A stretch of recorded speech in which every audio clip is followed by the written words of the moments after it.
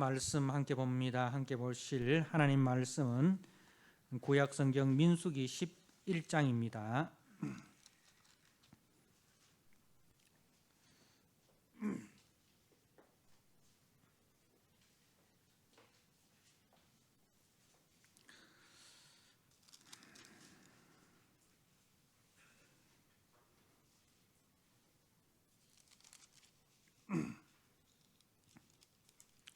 민수기 11장 1절에서 35절 제가 한 절 읽고 여러분이 한 절 읽고 서로 교독하도록 하겠습니다. 여호와께서 들으시기에 백성이 악한 말로 원망하며 여호와께서 들으시고 진노하사 여호와의 불을 그들 중에 붙여서 진영 끝을 사르게 하시며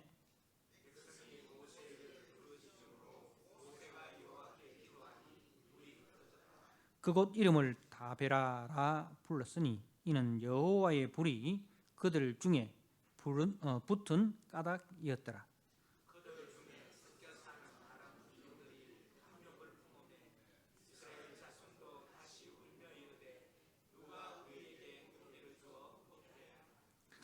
우리가 애굽에 있을 때에는 값없이 생선과 오이와 참외와 부추와 파와 마늘들을 먹은 것이 생각나거늘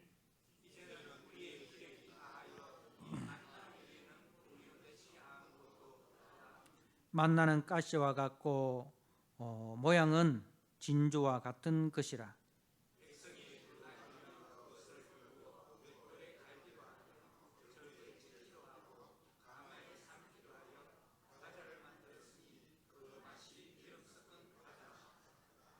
밤에 이슬이 진영에 내릴 때에 만나도 함께 내렸더라.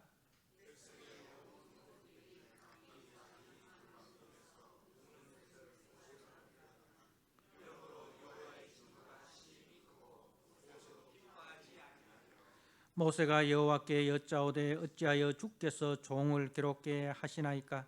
어찌하여 내게 주의 목전에서 은혜를 잊게 하지 아니하시고 이 모든 백성을 내게 맡기사 내가 그 짐을 지게 하시나이까?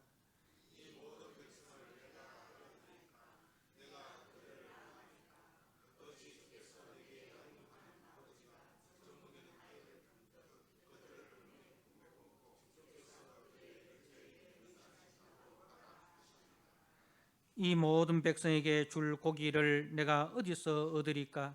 그들이 나를 향하여 울며 이르되 우리에게 고기를 주어 먹게 하라 하온즉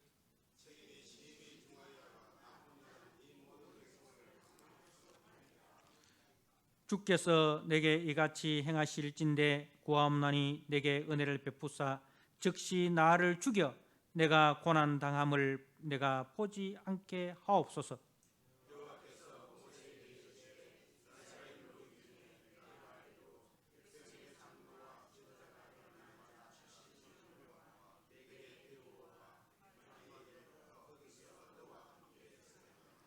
내가 강림하여 거기서 너와 함께 너와 말하고 네게 임한 영을 그들에게도 임하게 하리니 그들이 너와 함께 백성의 짐을 담당하고 너 혼자 담당하지 아니하리라.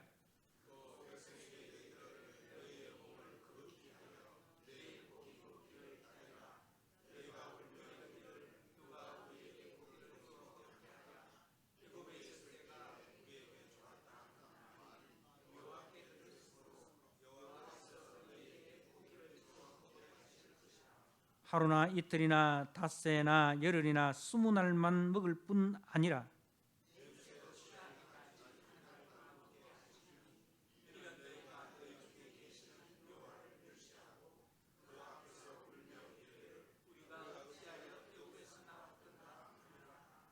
모세가 이르되 나와 함께 있는 이 백성의 보행자가 60만 명이온데 주의 말씀이 한 달 동안 고기를 주어 먹게 하겠다 하시오니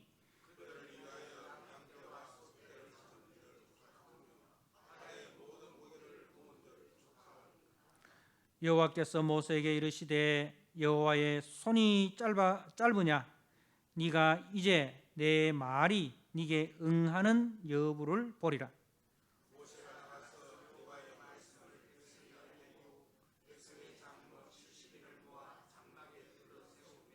여호와께서 구름 가운데 강림하사 모세에게 말씀하시고 그에게 임한 영을 70장로에게도 임하게 하시니 영이 임하신 때에 그들이 예언을 하다가 다시는 하지 아니하였더라.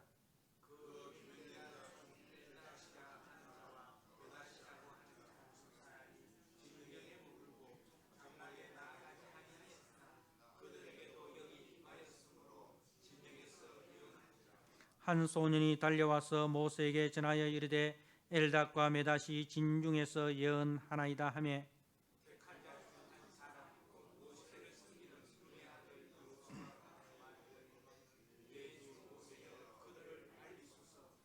모세가 그에게 이르되 네가 나를 두고 시기하느냐 여호와께서 그의 영을 그의 모든 백성에게 주사 다 선지자가 되게 하시기를 원하노라. 바람이 여호와에게서 나와 바다에서부터 메추라기를 몰아 진영 곁 이쪽 저쪽 그 진영 사방으로 각기 하룻길 되는 지면 위 2규빗쯤에 내리게 한지라.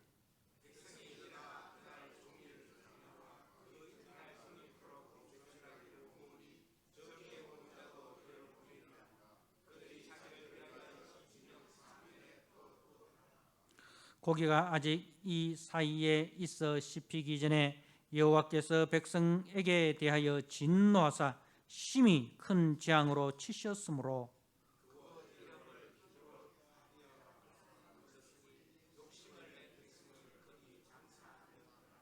같이 읽겠습니다. 백성이 기브론 핫다와에서 행하여 하세롯에 이르러 거기 거하니라. 아멘. 예, 오늘 민수기 11장 말씀에 특별히 29절에 보면 이제 모세가 그에게 이르되 네가 나를 두고 시기하느냐 여호와께서 그의 영을 그의 모든 백성에게 주사 다 선지자가 되게 하시기를 원하노라는 말씀이 있습니다. 그러니까 이제 모세가 이제 자기뿐만 아니라 그리고 이 70인 장로뿐만 아니라 이 이스라엘 60만 대군 전체가 다 모세가 받은 영 70인 장로들이 받은 그 성령을 받아서 다 선지자 되기를 원한다. 선지자라는 것은 하나님의 뜻을 알고 그 뜻에 각자가 삶의 자리에서 전하고 순종하는 사람을 이제 말하는 거예요. 그래서 모세가 원하는 것은 바로 그것입니다. 이스라엘 모든 백성들이 한 사람 한 사람 다 하나님의 성령을 받아서 각자의 삶의 자리에서 다 하나님의 뜻대로 행하는 그런 성령 충만한 성도 되기를 원한다는 겁니다. 그 모세의 심정을 우리가 이제 앞에 말씀을 보면 모세가 왜 이런 그 간절한 참 소망을 가졌는지 이 앞에 말씀을 보면 그 모세의 마음을 이해할 수 있고 또 우리 하나님 아버지께서 또 우리에게 약속하신 것은 바로 다 선지자로 우리를 세워주셨다는 말씀입니다. 우리가 이제 요엘서 2장 28절 말씀을 한번 보도록 하겠습니다. 구약 성경 요엘서 2장입니다.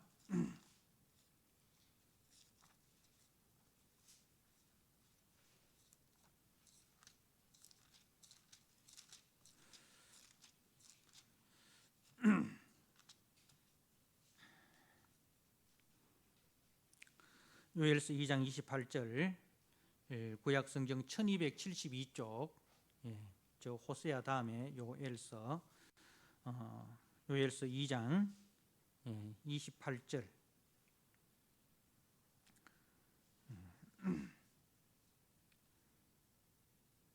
28절 29절 우리 같이 한번 읽도록 하겠습니다.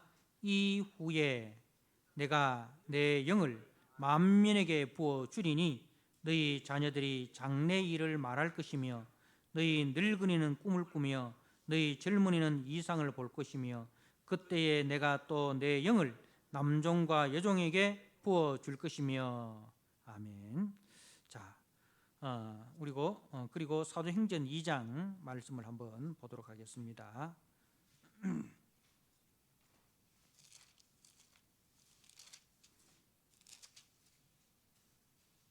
사도행전 2장 1절에서 4절 말씀. 사도행전 2장 1절에서 4절 말씀 우리 같이 한번 읽도록 하겠습니다.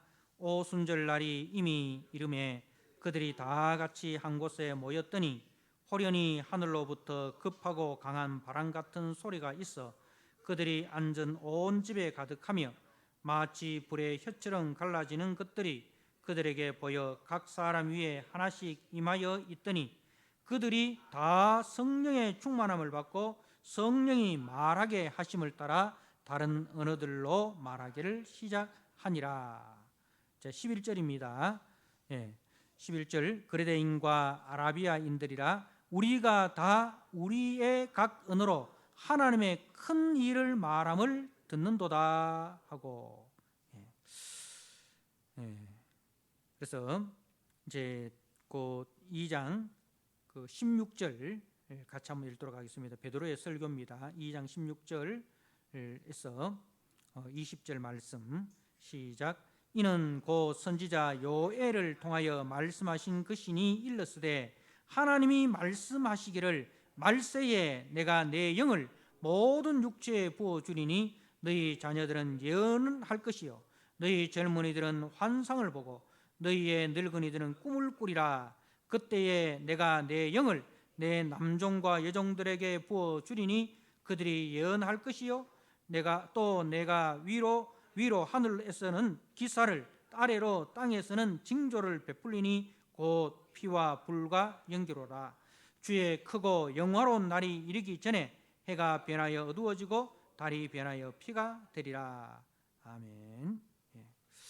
그러니까 이제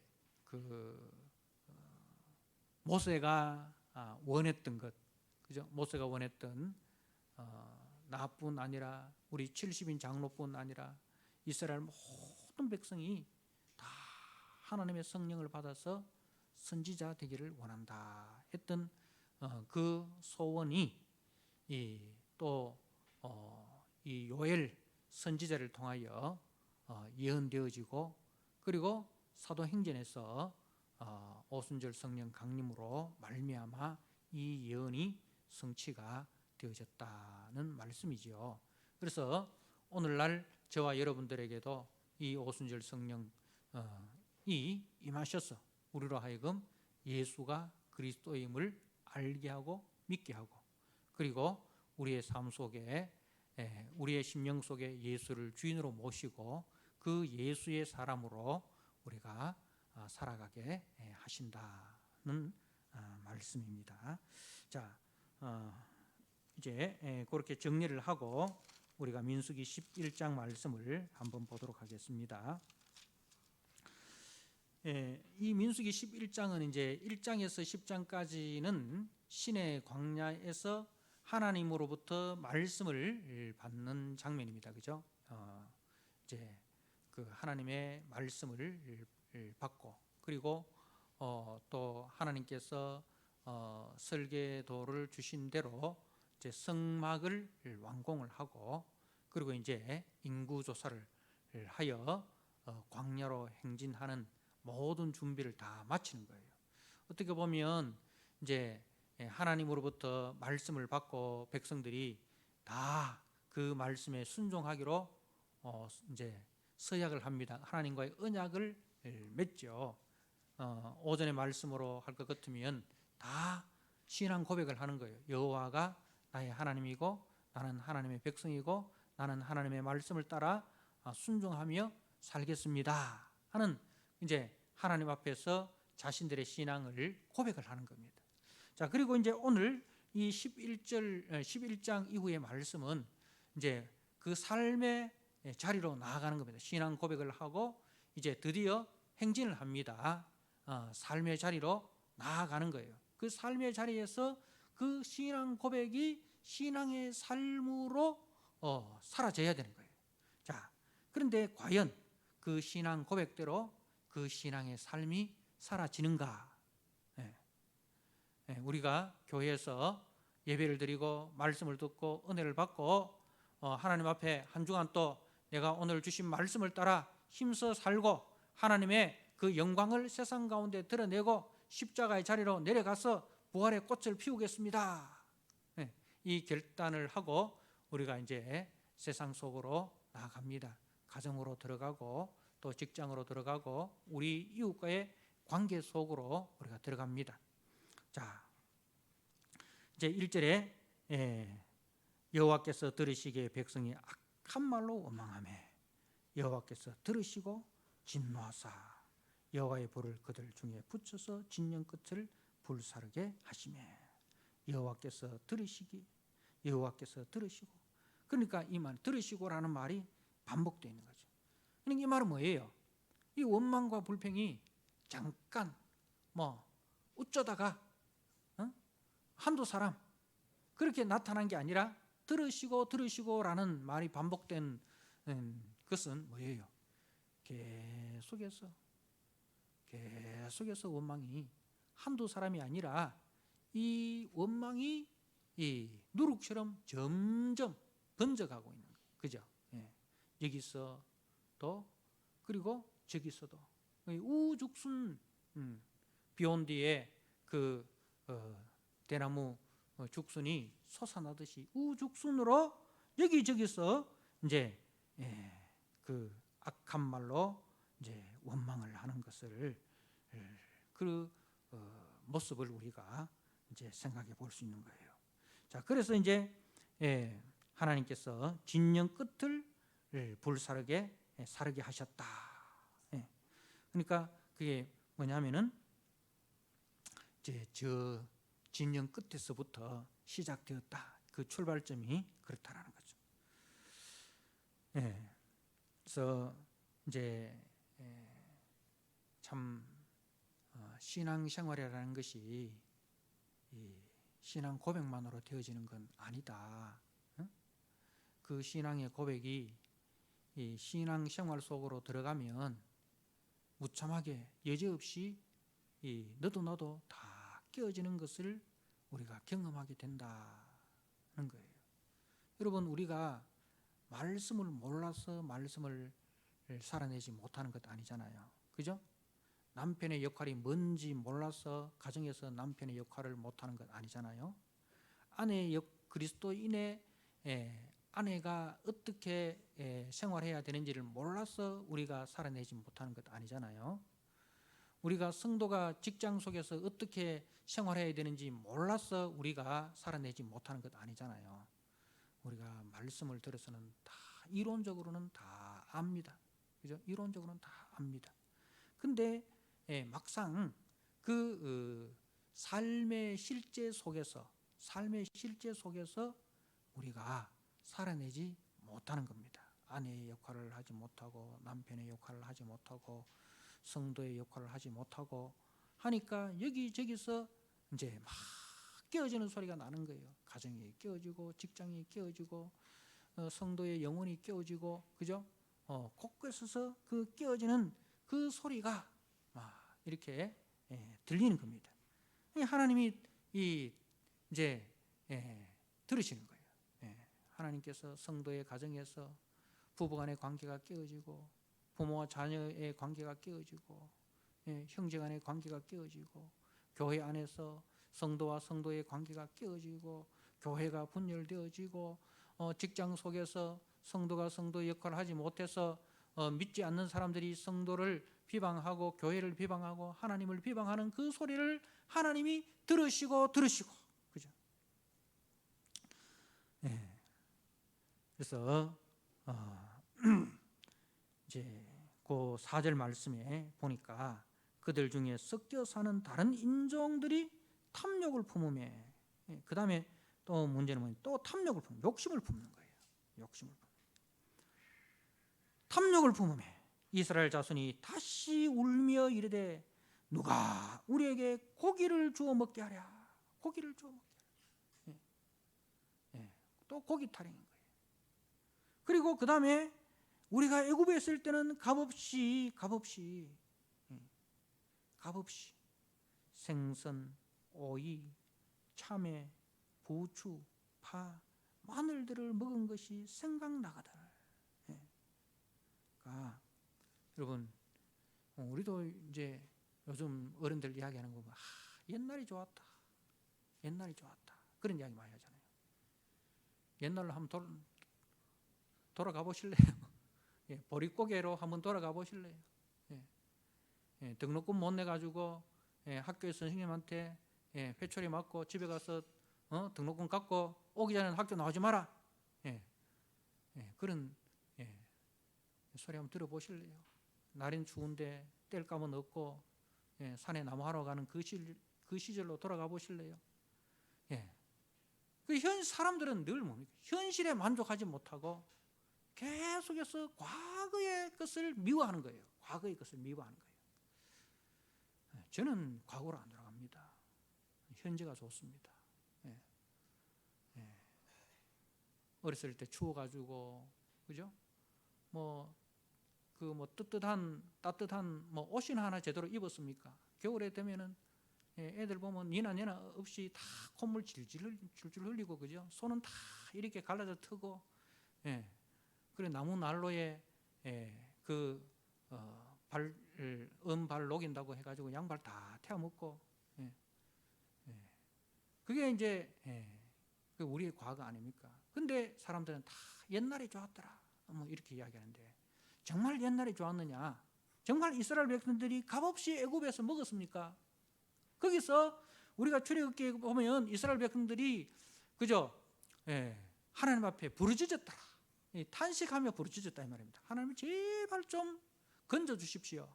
하나님 제발 좀 그 바로의 압제로부터 우리를 건져 주십시오. 탄식하며 하나님 앞에 부르짖었습니다. 자식을 낳았는데 그 자식이 어떻게 됩니까? 나일강에 던져버려라. 그죠? 나일강에 던져버려라. 아들을 낳았는데 아들을 키울 수가 없어요. 부모가. 애굽의 바로가 그 아들을 나일강에 던져버려라. 근데 모세의 부모는 그 모세를 낳고 숨을 죽이게 하면서 그렇게 키우지 않았습니까? 그리고 더 이상 키울 수 없어가지고 나일강에 갈대상자를 만들어가지고 떠내려 보내야 하는 그 부모의 심정. 여러분, 그게 과거예요. 그런데 뭘 값없이 고기를 먹고, 뭘 값없이 부추와 파와 마늘과 오이와 참외를 먹었다고? 거짓말이에요. 그 뭐예요? 지금 현재 내리시는 하나님의 은혜를 거역하는 거예요. 하나님께서 저들을 위해서 애굽의 장자를 치시고, 그죠? 유월절 어린 양의 피로 저들을 구원하시고, 홍해를 가르시고, 애굽의 군대를 수장시키시고, 하늘에서 만나를 내리시고, 반석에서 생수를 주시고, 구름기둥으로 불기둥으로 저들을 보호하시고 하셨던 그 하나님의, 지금 또 역사하시는 그 하나님의 은혜를 싫어하는 거예요.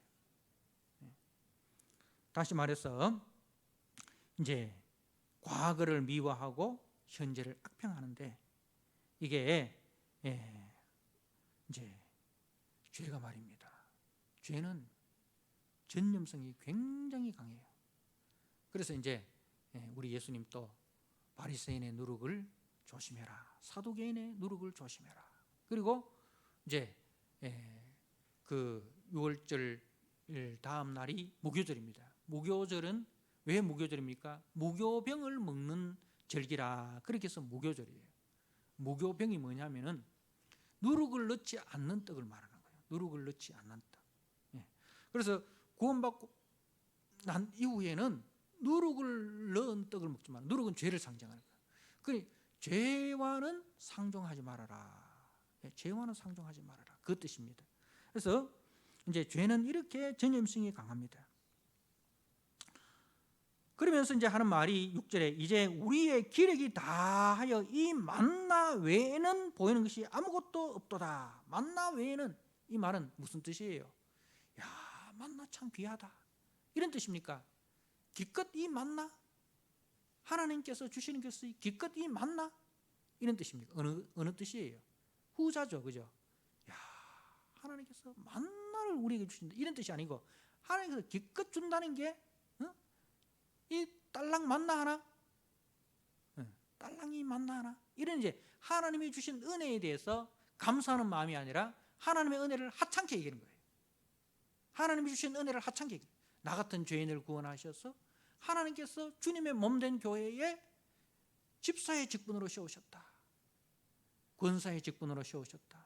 장로의 직분으로 세우셨다. 이런 하나님께서 주신 직분에 대한 감사가 아니라 그 하나님이 주신 직분을 하찮게 얘기하고 그런 뜻이에요. 그러니까 이 딸랑 예수 믿고 얻은 것이라고는 이거 하나. 자, 그래서 이제 10절에 백성의 온 종족들이 이제 죄가 얼마나 이렇게 빨리 퍼져나가는 거 보십시오. 진 끝에서부터 시작을 했는데요. 그리고 이제 거기에 다른 인종들이 섞여 사는 다른 인종들이 탐욕을 품죠. 그리고는 이제 10절에 보면 백성의 온 종족들이 각기 자기 장막문에서 우는 것을 모세가 들으니라. 장막문에서 우는 것을. 그 장막문이라는 건 뭐예요? 다 집 밖에 나와가지고 그야말로 뭐 하는 거예요? 장막문을 나서면은 뭐가 보입니까? 장막문을 나서면은 하나님의 성막이 보이잖아요. 그죠? 이제 그 하나님의 성막을 중심으로 이제 그 회중들이 동서남북으로 진을 치는데, 그래 장막문에서 이렇게 그 원망을 한다는 것은 다시 말해서 하나님 앞에 나와가지고 항의 데모하는 거예요. 이러므로 여호와의 진노가 심히 크고 모세도 기뻐하지 아니하여. 그래가지고 이제 모세가 하나님 앞에 하소연하는 겁니다. 탄식하면서 하소연하는 겁니다. 그 11절에 내가 그 짐을 지게 하시나이까. 그리고 14절에 책임이 심히 중하여 나 혼자 이 모든 백성을 감당할 수 없나이다. 그래서 참 그 60만 그 종족들이 이렇게 나와서 원망을 하고 불평을 하고 하나님 앞에 항의를 하니까 모세가 참 모세가 그것을 듣고 있는 모세가 얼마나 힘이 들겠습니까? 얼마나 힘이 들겠습니까? 여러분, 우리가 분명히 기억해야 되는 것은요, 이제 하나님이 베푸신 은혜를 하찮게 여기는 사람들은 이제 늘 뭘 그리워하느냐? 과거를 그리워하고 세상을 그리워합니다. 그래서 야곱의 형 에서와 같이 하나님이 주신 그 장자의 명분을 하찮게 여겨서 배고플 때 팥죽 한 그릇 값으로 그 장자의 명분을 팔아버립니다. 성도라는 그 신분을 세상에 팥죽 한 그릇 값어치도 안 되는 것으로 여기는 거예요. 그러니까 성도라는 그 이제 신분을 하찮게 여기니까 언제든지 이제 세상 것과 비교해 가지고 이제 세상 것이 더 커 보이면 성도의 신분을 팔아버리는 거예요. 그러니까 다 어떻게 보면 우리가 에서의 후손에 가깝다고 할 수 있는 거죠. 하나님이 우리를 구원하시는 구원의 이유와 구원의 목적이 어디입니까? 하나님께서 이스라엘을 애굽에서 구원하여서 더 좋은 애굽으로 인도하는 데 있습니까? 더 부요하고 더 풍성한 물질적인 축복으로 우리를 인도하시는 것이 목적입니까? 다시 말해서 사람이 떡으로만 사는 그런 존재로 우리를 세우고자 합니까? 더 많은 떡을 주시고 더 맛있는 떡을 주기 위해서 우리를 부르셨습니까? 근데 그게 아니잖아요. 하나님께서 우리를 부르신 목적은 사람이 떡으로만 사는 것이 아니라 하나님의 말씀으로 살아가는 사람으로 세우기 위해서 우리를 부르셨다는 거죠. 그래서 떡보다도 하나님의 말씀이 더 귀하다는 것을 정말 뼈저리게 깨닫고 그것을 떡이냐 말씀이냐 는 것을 둘을 놓고 선택을 하라고 할 때 아무 주저 없이 하나님의 말씀을 선택할 수 있는 그런 믿음의 사람으로 훈련시키기 위해서 이제 그런 사람으로 세우기 위해서 하나님께서 광야로 내모시고, 그죠? 거기서 광야라는 것은 하나님의 은혜로만 살아가는 땅이 광야이지 않습니까? 그래서 성도는 더 좋은 세상 것을 소망하는 사람이 아닙니다. 성도는 세상에 대한 그 탐욕을 오히려 버려야 됩니다. 4절에 다른 인종들이 탐욕을 품음에 우리는 세상에 대한 탐욕을 버리고 하나님이 주신 그 거룩한 소망에 대해서 우리는 기대를 해야 됩니다. 전심으로 하나님을 의존하는 믿음, 전심으로 하나님을 신뢰하고 하나님을 사랑하는 그 하나님의 말씀에 순종하는 사람으로 살아가는 것, 우리가 예수를 믿고 예수를 사랑하고 예수를 닮고 예수를 배우고 예수를 따라가는 것, 그래서 이 세상 속에서 작은 예수로 우리가 세워지는 것, 그것이 우리의 목표라는 거죠. 그래서 인생의 광야에서 우리는 우리의 육체의 소욕 탐욕을 버리고 오직 주님의 은혜를 사모하고 그 주님의 은혜를 감사하고 그 주님의 은혜에 순종하는 법을 배워야 합니다. 자, 모세가 이 불순종하는 무리들로 인하여 그야말로 영적 탈진이 되는 거예요. 여러분, 원망하는 소리를 계속 들어보세요. 마음이 얼마나 힘들겠습니까? 마음이 얼마나 힘들겠습니까? 그 모세가 이제 탈진한 거예요. 그래서 그 뒤에 말씀에 보면 모세가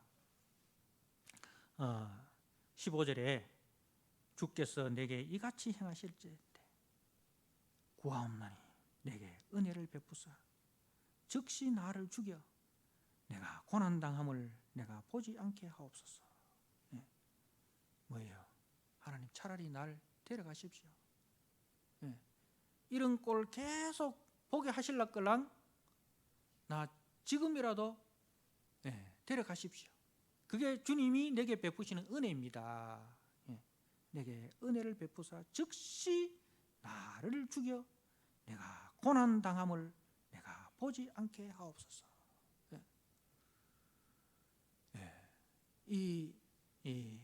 참 모세의 그 기도가 나중에 우리가 엘리야도 그렇게 또 기도합니다. 그죠?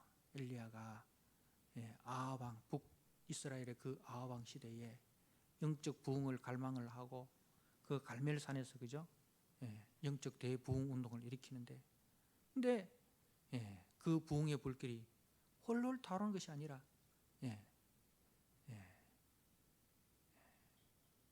오히려 영적 부흥의 불길은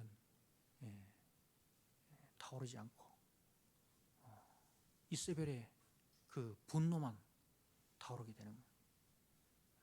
그것을 보고 엘리야가 그 갈멜산에서 사마리아에서부터 부엘세바까지 내려가는데, 그러니까 저 이스라엘의 저 북쪽에서부터 제일 남단에까지 내려옵니다. 그 거친 광야길을 내려오고, 그래서 그 부엘세바의 로뎀나무 아래에서 죽기를 간구하지 않습니까?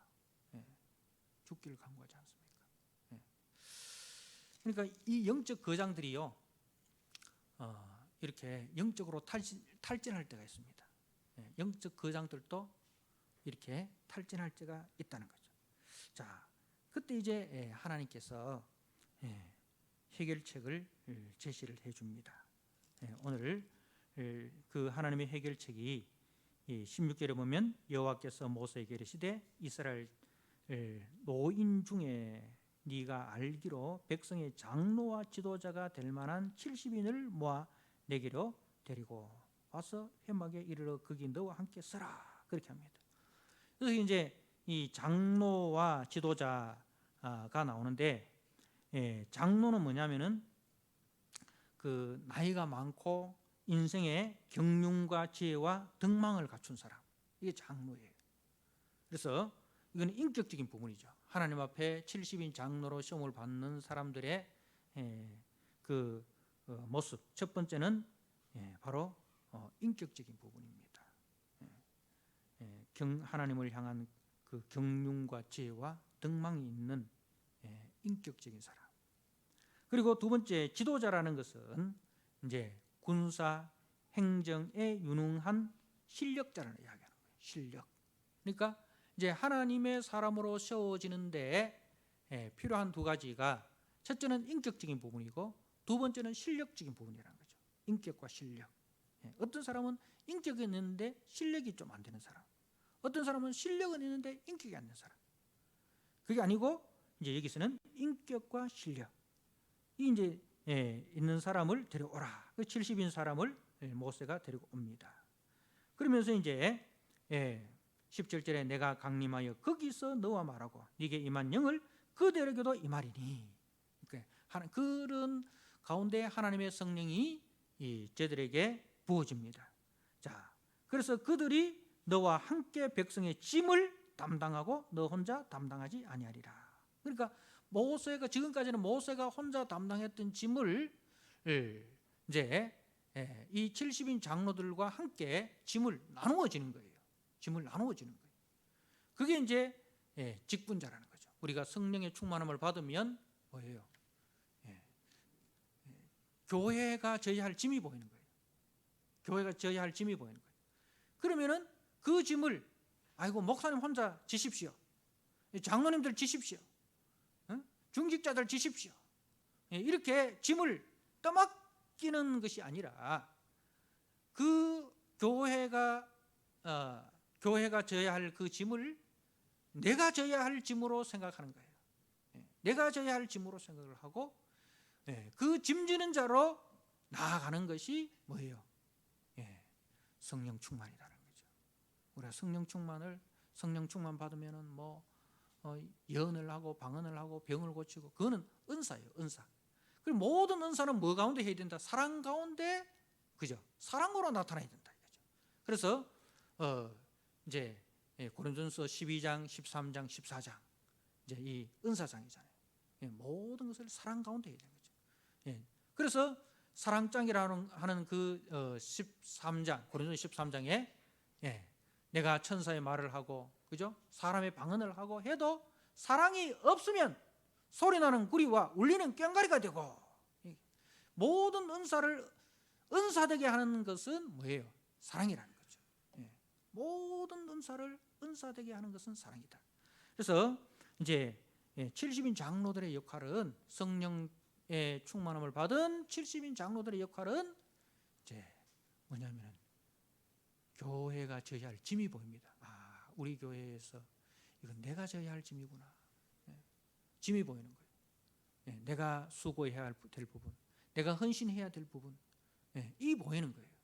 그래서 그 짐을 보고 피하고 도망가는 것이 아니라 그 짐을 질 수 있는 그 뭐가 생기는 거예요? 믿음이 생기는 거예요.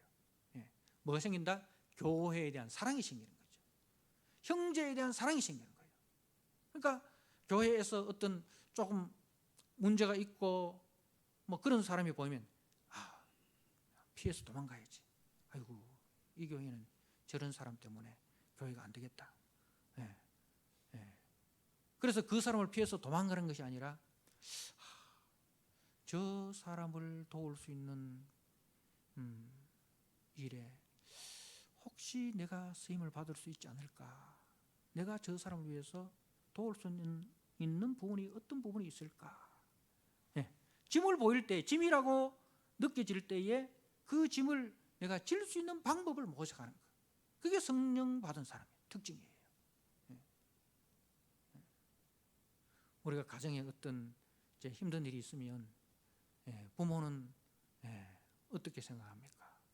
이 짐을 내가 어떻게 지고 나갈까? 그죠? 이 짐을 내가 어떻게 지고 나갈까? 그 짐을 내가 졌어. 그래서 가정의 평화가 이루어지고 가정이 화목되어지고 그 일에 내가 이 짐을 짐으로써 가정이 평화로워지고 가정이 하나 되어지고 가정이 화목되어진다면 내가 기꺼이 이 짐을 지겠다. 이게 이제 그 가족 구성원의 그 마음 아닙니까? 그죠? 근데 사꾼은 어떻습니까? 사꾼은 그런 짐이 보일 때 떠나가 버려요. 그러나 선한 목자는 그 짐을 지는 거죠. 그죠? 선한 목자는 양을 위하여 자기 목숨을 버리노라. 선한 목자는 양을 위해서 모든 짐을 지는 사람이고, 사꾼은 짐이 없을 때는 함께 하다가 짐이 딱 생기면 도망을 가버려요. 이 70인 장로들은 바로 모세와 함께 백성의 짐을 담당하는 사람이다. 여러분, 여러분들은 교회의 짐을 담당하는 사람입니다. 하나님 나라의 짐을 담당하는 사람입니다. 성도의 짐을 함께 나누어 지는 사람입니다. 자, 그런데 이제 26절에 그 기명된 자 중 엘닷과 메닷이라 하는 두 사람이 진영에 머물고, 진영 밖으로 나오라 했잖아요. 진영에 머물고 장막에 나아가지 아니하였다. 그런데 그들에게도 하나님의 영이 임하여 진영에서 예언을 합니다. 자, 그래서 이제 28절에 택한 자 중 한 사람이 곧 모세를 섬기는 눈의 아들 여호수아가 말하여 이르되 내 주여 내 주 모세여 그들을 말리소서. 모세가 그에게 이르되 네가 나를 두고 시기하느냐, 나를 두고 시기하느냐.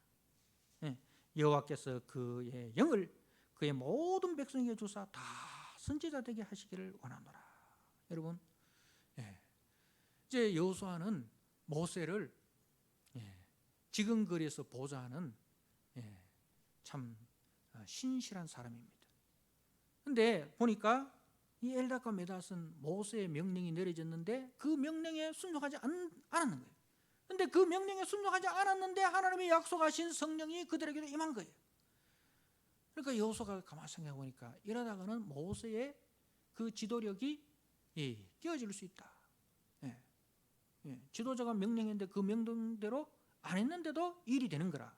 그러면 앞으로 이 모세의 지도력에 엄청난 참 그 흠집이 달 수 있다, 이런 생각이 되었던 거죠. 근데 모세는 네가 나를 두고 시기하느냐? 모세의 마음은 다 선지자 되게 하시기를 원하노라. 그의 모든 백성에게 우리 하나님께서 성령을 부어주셔서 다 선지자 되게 하기를 원하노라. 이렇게 했어요. 자, 그리고 이제 하나님께서 약속하신 대로 고기를 줍니다. 한 달을 동안 먹게 하시리라. 20절에 냄새도 세려하기까지 한 달 동안 먹게 하시리라. 그래서 모세가 21절에 나와 함께 있는 이 백성의 보행자가 60만 명이 온데 주의 말씀이 한 달 동안 고기를 주어 먹게 하겠다 하오니 소를 잡고 양을 잡아들 바다의 고기를 다 모은들 부족할 것이다.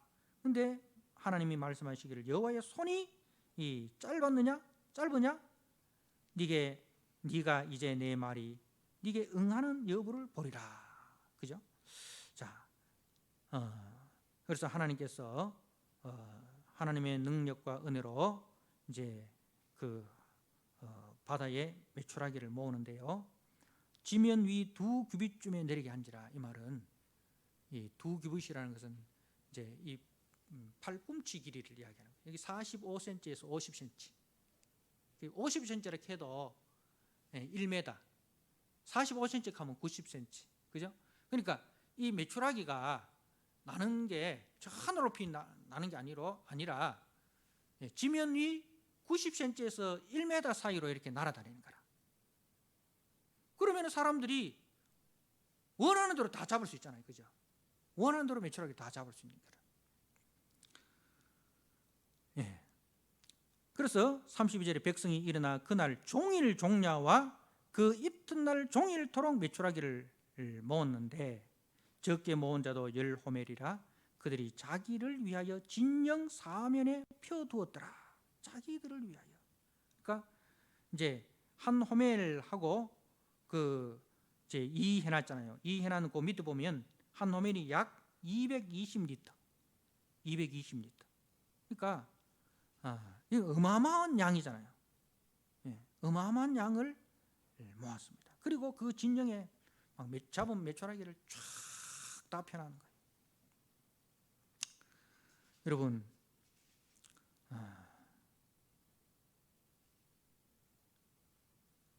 하나님이 은혜로 내려주신 그 메추라기에 대한 백성들의 반응이 뭡니까? 니도 나도 할 거 없이 막 모으는데 급급한 거예요. 하나님께서 내리신 그 은혜에 대해서 감사하고, 야, 우리가 하나님의 이 능력과 은혜에 대해서 우리가 얼마나 비난하고 또 평가절하하고 그랬는데 우리의 죄에 대해서 하나님은 오히려 은혜로 이렇게 채워주시는구나. 하나님에 대한 회개와 하나님에 대한 감사가 있어야 되지 않겠습니까? 그런데 그 은혜에 대한 하나님의 은혜 앞에 회개하는 사람도 없고 감사하는 사람도 없고 전부 다 뭐 하게 급급한 거예요? 자꾸 모아놓는 데만 급급한 거라. 여러분, 우리가 교회에 말입니다. 은혜 없이 모아놓은 것들, 그게 축복일까요? 저주일까요? 어느 집에 재산이 100억이 있습니다. 근데 그 100억에 대해서 5형제가 있는데 서로 이제 부모님 재산 이 100억을 어떻게 하면은 내가 더 많이 가져올까? 거기에 혈안이 되어 있으면 그 100억이 축복이 되겠습니까? 그 집의 저주거리가 되겠습니까? 그 집의 저주거리. 그 100억 때문에 부모의 관계, 형제 간의 관계 다 끊어져 버립니다. 다 끊어져 버립니다. 100억이 축복이 아니고 저주가 되는 거예요. 올무가 되는 거예요. 그러니까 여러분, 마른 떡 한 조각만 놓고도 화목하는 것이 육선이 가득하여 다투는 것보다 낫다는 거예요. 마른 떡 한 조각만 놓고도 화목하는 것이. 그러니까 우리가 무엇이 있어도 감사하며 받아들여야 돼요. 감사로 받아들여야 돼요. 그런데 이 백성들은 하나님의 은혜에 대한 감사도 없고 회개도 없고 그걸 당연한 것으로 생각해요. 당연한 것으로. 그래서 그게 뭐가 되어버립니까? 욕심이 잉태한 즉 죄를 낳고 죄가 장성한 즉 사망을 낳는다는 이 야고보서 말씀처럼, 자 15절에 보니까 고기가 아직 이 사이에 있어 씹히기 전에 여호와께서 백성에 대하여 진노하사 심히 큰 재앙으로 치셨으므로 그곳 이름을 기브론 핫다와 라 불렀으니 욕심을 낸 백성을 거기 장사함이었더라. 메추라기의 무덤이 아니라 누구의 무덤이 되어버립니까? 욕심쟁이들의 무덤이 되는 거예요. 욕심쟁이들의 무덤이 되는 거예요. 사랑하는 성도 여러분,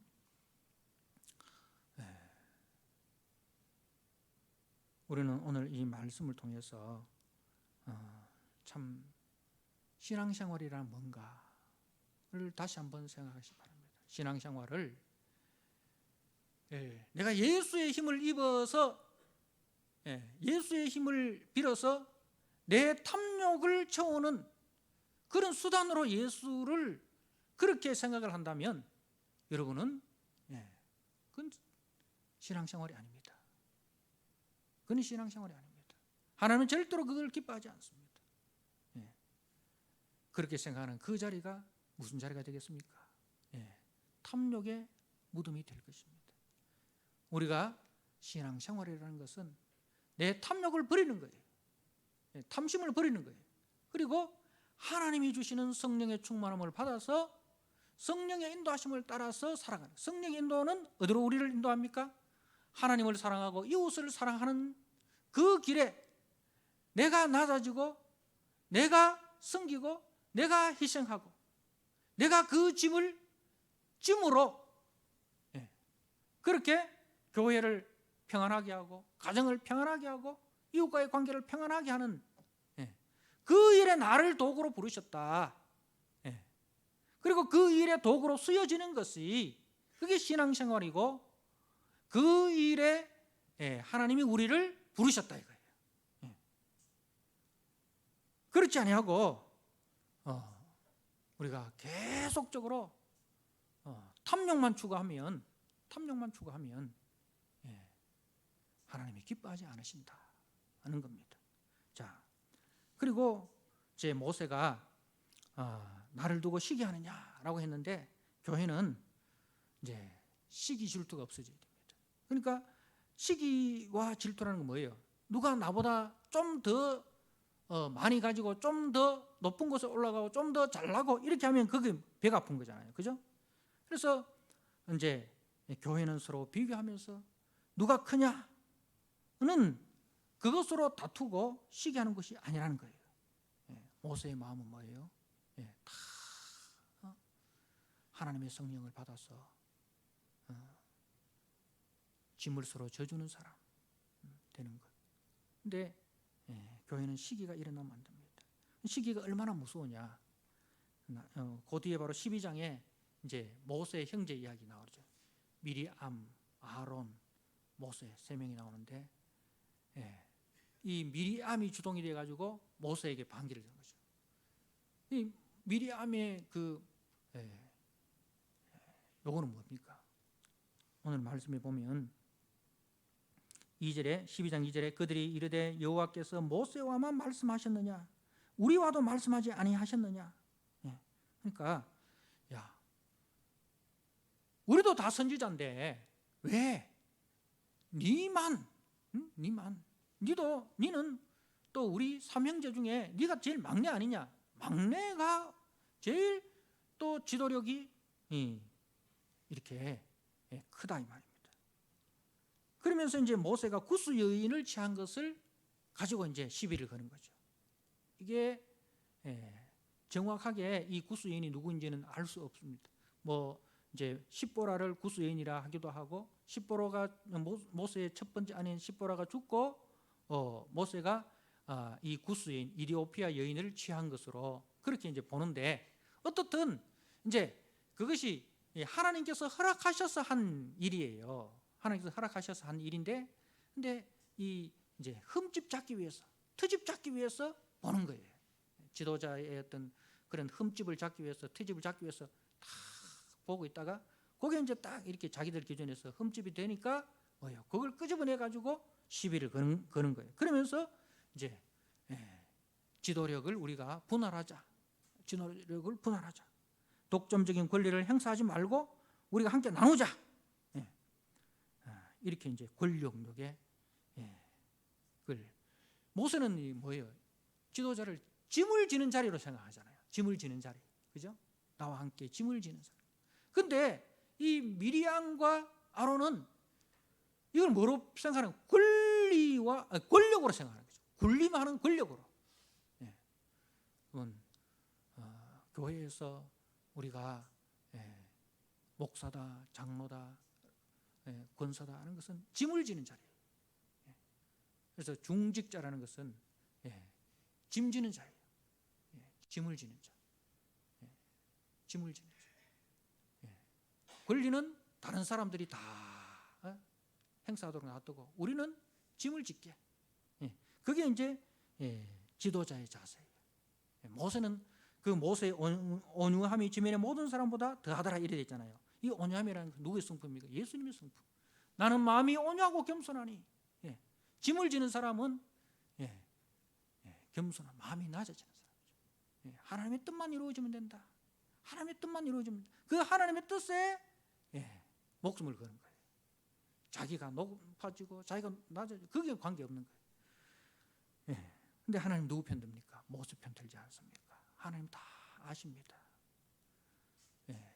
모세처럼 짐지는 자로 살아가는지, 이 미리암처럼 권력을 행사하기 위해서 살아가는지 하나님 다 아시고, 하나님이 판단하시고, 하나님이 상줄 자를 상주시고, 벌할 자를 벌하신다는 것을 꼭 기억하시고, 그래서 내가 서 있는 그 자리, 바로 내가 짐지는 그 자리다, 짐을 져야 하는 자리다 생각하시고, 교회의 짐을 지시고, 형제의 짐을 지시고, 가정의 짐을 지시고, 그래서 내가 짐을 짐으로 다른 사람이 조금 편리해지고 편안해지고 평안해지는 것을 기뻐하고 감사하고, 그렇게 우리가 참 성령 충만한, 다 선지자되어 성령 충만한, 그래서 교회를 섬기고 가정을 섬기고, 그래서 나를 통해서 가정이 세워지고 교회가 세워지고 하나님의 영광이 나타나는